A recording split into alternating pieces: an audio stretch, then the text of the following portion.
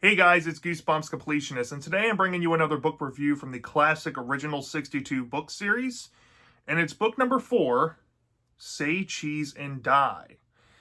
I can't believe it. I did a counter the other day of how many original 62 books I have left, and I think I have like 23 or something like that. So, yeah, we're more than halfway through these books. And I thought for like these past two book reviews, at least for Goosebumps, to pick up some childhood favorites. And Say Cheese and Die is one.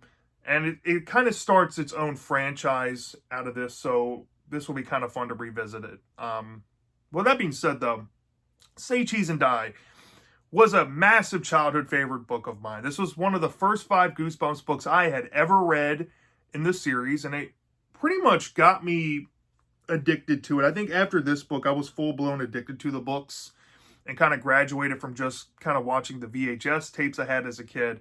And I began to actively seek out Goosebumps at my local library. And this was one I often checked out a lot. I did read this a lot. Sometimes I would just rent it or check it out just to have the cover on display in my room or something just to glare at and have fun with. So I have a lot of nostalgia with this book. And I also remember, on the same token, when I was around 12 years old, I've already told this story before, when I got back into Goosebumps, I got back basically because of the Cartoon Network re-airings on, of the old show. And I think I caught Say Cheese and Die's episode around that time for the first time ever. And that really opened my eyes to the book a little bit when I started to kind of compare, even at that young of an age. And it will be kind of interesting to see my opinions on the episode and the book versus episode, but I want to save all that for that point. But what I will say is, I have read this book in recent years. Back in early 2020, before I made my Goosebumps Completionist channel, I read this casually when COVID was going around. And I remember it not being as good as I remembered it to be. But this go around, I think similarly with The Scarecrow Walks at Midnight, I do find myself having a lot of nostalgia with this book, but the nostalgia can only carry it so far for me. It does have some clear issues, in my opinion, but I will say this. If we're talking in the grand scheme of the first 31 Goosebumps books, Say Cheese and Die, of course, is an iconic classic. And I feel like in a lot of ways it still is to me. And it's also kind of in the same breath when I talked about The Scarecrow Walks at Midnight and how this book used to be so popular, but as years have gone on and time has, taken shape, fans don't seem to be as receptive towards this book anymore, and I think it's kind of telling.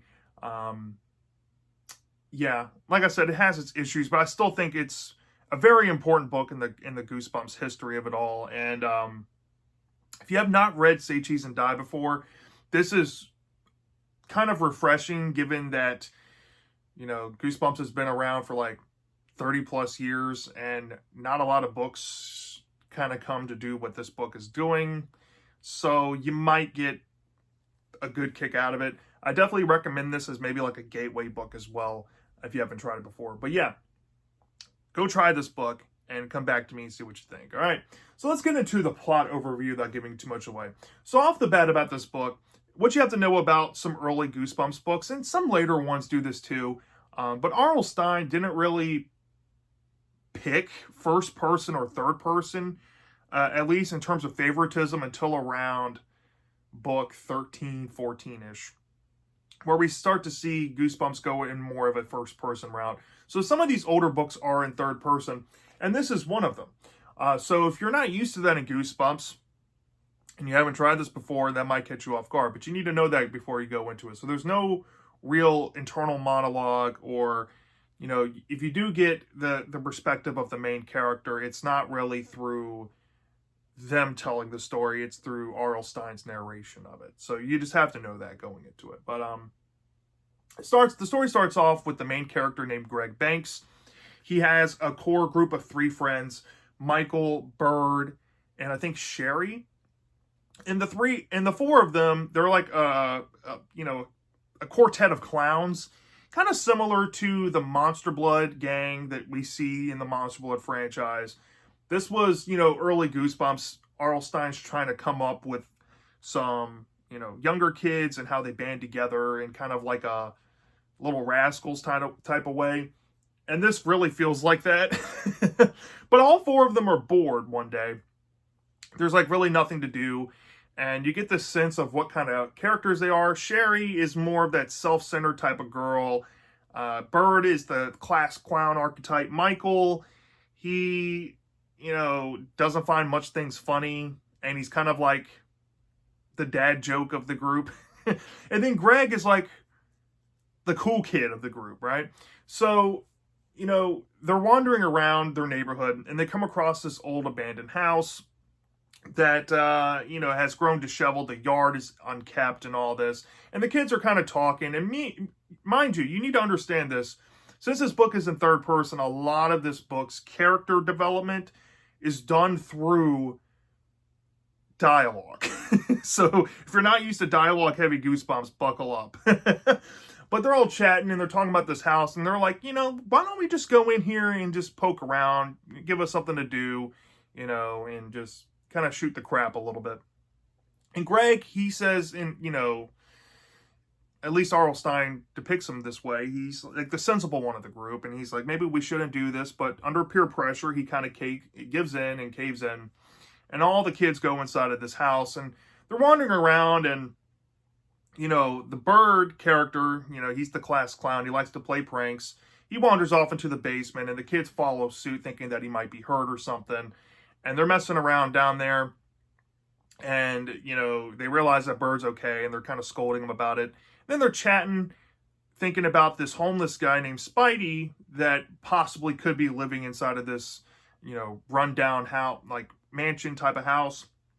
At least he's rumored in town to be living there.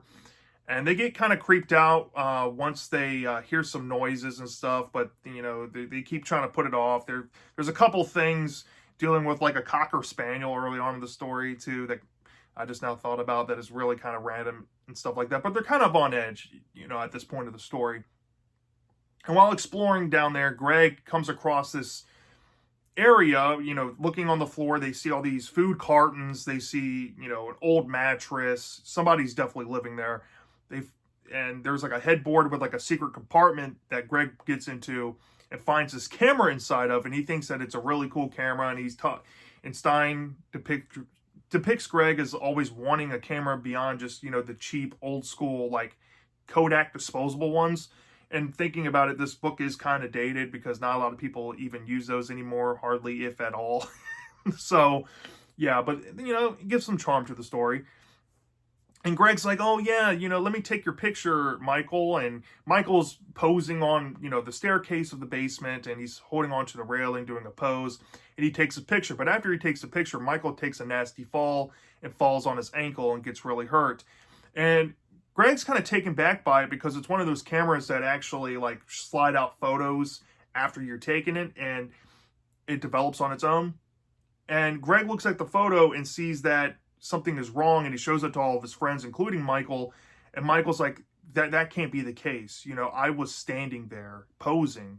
I didn't fall before you took the photo. And Bird is kind of being a skeptic, and same thing with Sherry a little bit. But while they're kind of, going at it about what this camera did, they hear some noises upstairs and infer that it's Spidey. And they narrowly escape, but Spidey kind of notices them leaving the house.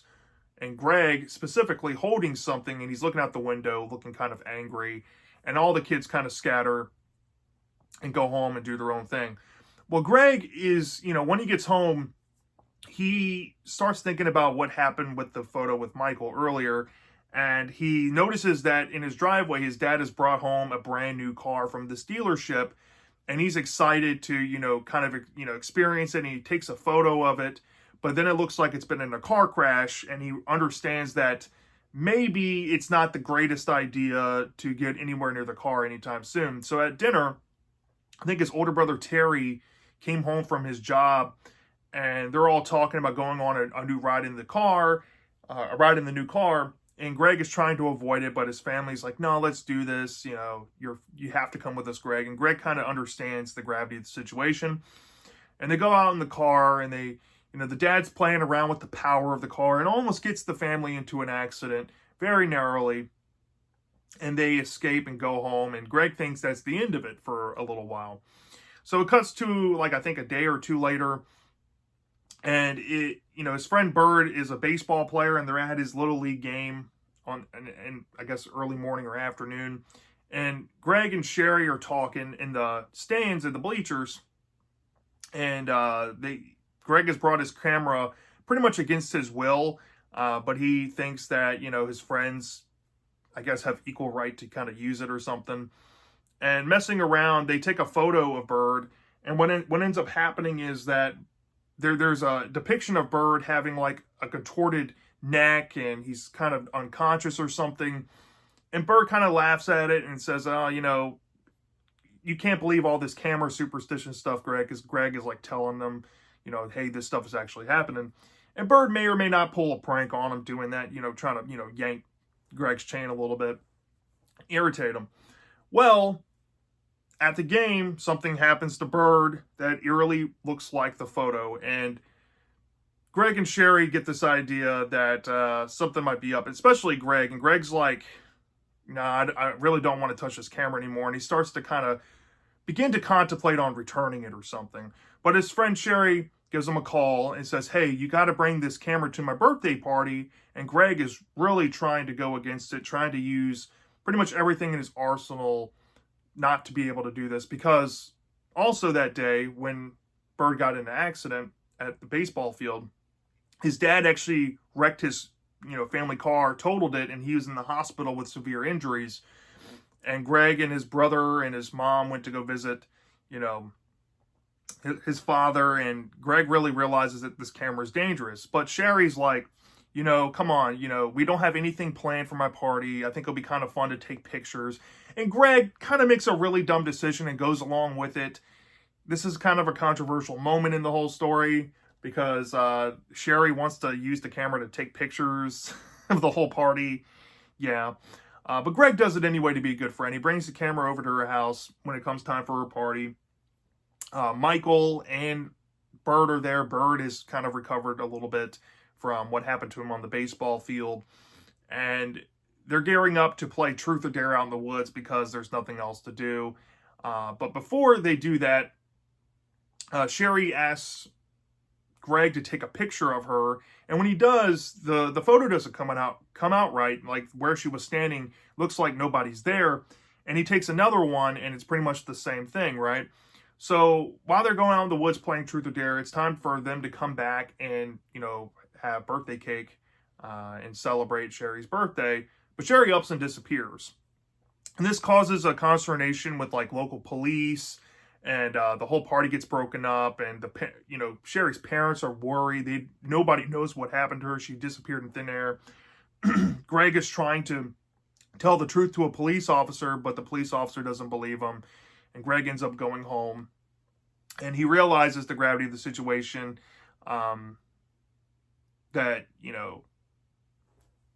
what could be done. And mind you, I think I skipped over another photo that he took, but I think he took a photo of his brother Terry looking worried out like in a field somewhere, and that ended up being a premonition of him, I think, coming to visit him and at the baseball field when his dad got in the car accident.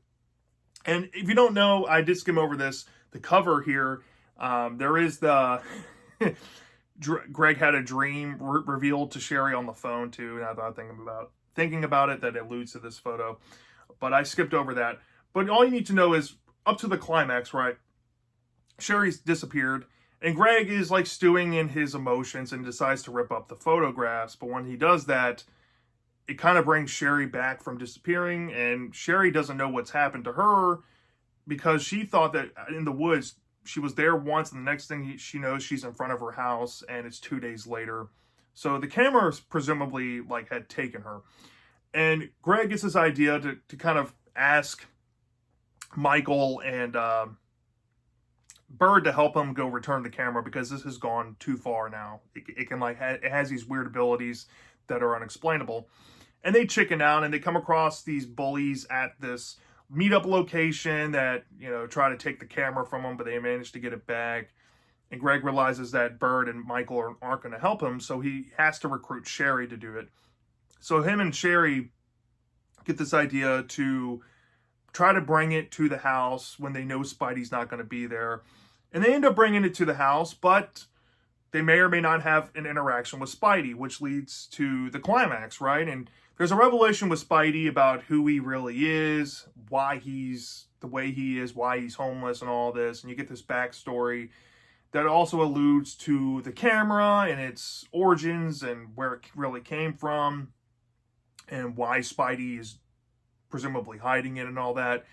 And there comes a point where there's an altercation with Sherry and Greg and Spidey because of some implications Spidey has with the kids, and something may happen in the situation to where somebody comes out harmed. Let's just say that. And then the story kind of, once the climax is over, some people manage to escape, and there's a revelation dealing with these bullies from Greg, Bird, and Michael's altercation earlier at this meetup spot, and it kind of leaves on a cliffhanger of what to happen. And you get the sense that Greg and his friends don't ever want to touch this camera ever again. So that, in a nutshell, is Say Cheese and Die, right?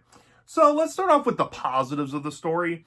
One thing I think Stein does very well, especially when he writes third-person Goosebumps books, is that he's able to create more of a scene than a book where he's writing a monologue. Because a lot of the time, when you're writing from the monologue perspective, you're getting just one viewpoint. But in this book, I feel like Stein is able to kind of create little pocket scenes that kind of add together with all these characters. And you really get this sense of a slice of life type of story. And I think that really works well here for majority of it. I really like the concept of the evil camera, how it's able to predict, or I guess cause bad things to happen, is very eerie. And it reminds me a lot about one of my favorite horror franchises ever, Final Destination. There's some intrigue of thought with the camera. While it is inconsistent, I do have negatives with it. There's something so riveting about the concept and what it's able to do. It seems like it has unlimited powers, and there might be some future prediction, or maybe it's causing it. It's very ambiguous, but that's what makes it creepy, because there's no real answer to it.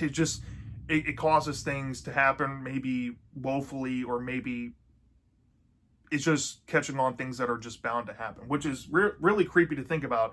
And some of these scenes involving, especially the dad's car accident, while that happens off page, the implications of that is very heavy, because you see the stress it puts on Greg's family. And it's, I think, one of my favorite scenes of the whole book. If it's not the climax dealing with Spidey, Sherry, and Greg, it's definitely dealing with what happened to Bird on the baseball field. That was really, graphic things to think, a very graphic thing to think about, in my opinion.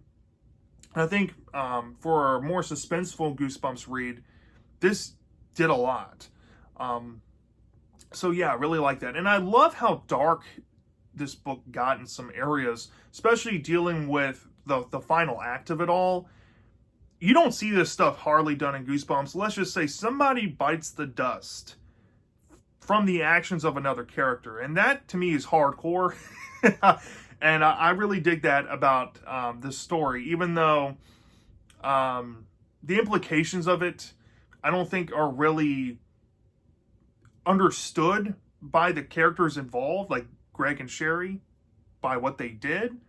But we as the reader know what they did. You know what I mean? Or I guess more so Sherry. But yeah, that was incredible stuff. And yeah, I guess one last negative. For Greg making some really dumb decisions in the story, I really think that he's a good character at heart. I really think he's trying to be a good friend to his trio of friends, and that gets him in a lot of trouble in the story. I think a lot of people love to beat up Greg Banks, especially because of the sequel book after this, and that's for another day to talk about. But I feel like in this story, even though Greg kind of knew what was happening, he was going through this crisis where he needed to kind of convince himself that this was actually happening. Because, in my opinion, the way I view it, what Greg and his friends were going through were kind of rooted in realism. And I love Stein's approach with this story, because the characters don't take what's happening at face value. Like, they're not just saying, oh, this camera must be evil, oh, this camera must be supernatural. No, looking at it and like, these things are odd coincidences. And Greg kind of notices a pattern and thinks that it might be something sinister that should not be played with, but the kids keep egging him on to keep bringing it up and bringing it to them. And then Greg feels like he's obligated because they all made this discovery together, but he also feels like it is a dumb idea to mess around with it. So he's going through that turmoil. And in a lot of ways, I think I see a thematic message there about peer pressure, in some ways. Maybe not the greatest extent, like something like Let's Get Invisible did a few books later in this run of books in the OG 62. But there is that message of peer pressure and kind of like the dangers of that. And then you do see Greg going through some really emotional stuff some kids unfortunately do go through. Like one of your friends go missing, or your dad's in a terrible car accident, or your friend gets in a terrible accident at a baseball game and you think you might be concussed or something. A lot of these things can actually happen, and it's real world horror. And I think Greg is a believable character because of that. And I don't have issue with Greg for the most part here. Even though he does make some questionable decisions, I don't think that's an outright negative. So yeah, very, very solid book. However, not without its negatives though. And I did not notice these when I was younger. Until I was much older, I was able to kind of notice this. As a kid, I didn't mind Michael and Bird, but they banter a lot in this book, and they do kind of annoy me slightly. It's not like these are like small to medium things, right, guys? But Bird and Michael are annoying in my opinion, and I'm going to stand on that hill. I'm not a big fan of them. Another thing I'm not a real big fan of, right, is the wonkiness of the camera and how it operates. There's a little ambiguity that I think makes it work and makes it scary inherently. And I think for a horror story, it's fine to be ambiguous. But in terms of actual plot occurrences, I feel like there's a lot of liberties taken with Stein to kind of mull over certain things and just, kind of remedy things without having to explain away anything. And the prime example I'm going to pull up here is there's a whole scene where Greg has an emotional breakdown and rips up these photos of Invisible Sherry, which brings Sherry back, right? If the point of the camera is it predicts bad futures, but if you can just rip it up, it goes away, and that's the point where they caught on in the story, then how does that play in the final act? Because there is a picture taken, and, they kind of understand that, Greg at least kind of understands, but I don't think he outright says it, that if these things get ripped up, the outcome can change. So they willingly allowed the final photo that Greg and Sherry and all of his friends witnessed in the story to take place, and they let it happen. So does that make them good characters? I don't know. But the point I'm trying to get across is there's some aspects to it, like especially revealed by Spidey near the end, where it might have some soul-stealing abilities, or it's pure evil. Does it predict the future? Maybe. I don't know. Is it causing all this? It's still purposely ambiguous, but it doesn't really explain all the events in the story all that well. You know what I mean? Like, you're like, okay, so you just have to kind of chalk it up like, hey, it's a camera with multiple abilities. And I think that's kind of a cop-out thing that I have a problem with, at least in terms of creative writing and idea displaying and all that.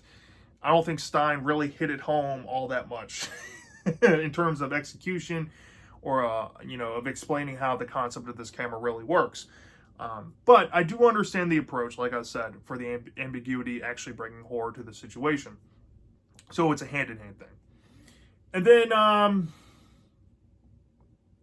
I guess the last negative I have with this, and this is probably actually my biggest negative with it, is how dialogue heavy this book is. I never really realized it going into this for this read, but wow, there's a lot of dialogue in this book.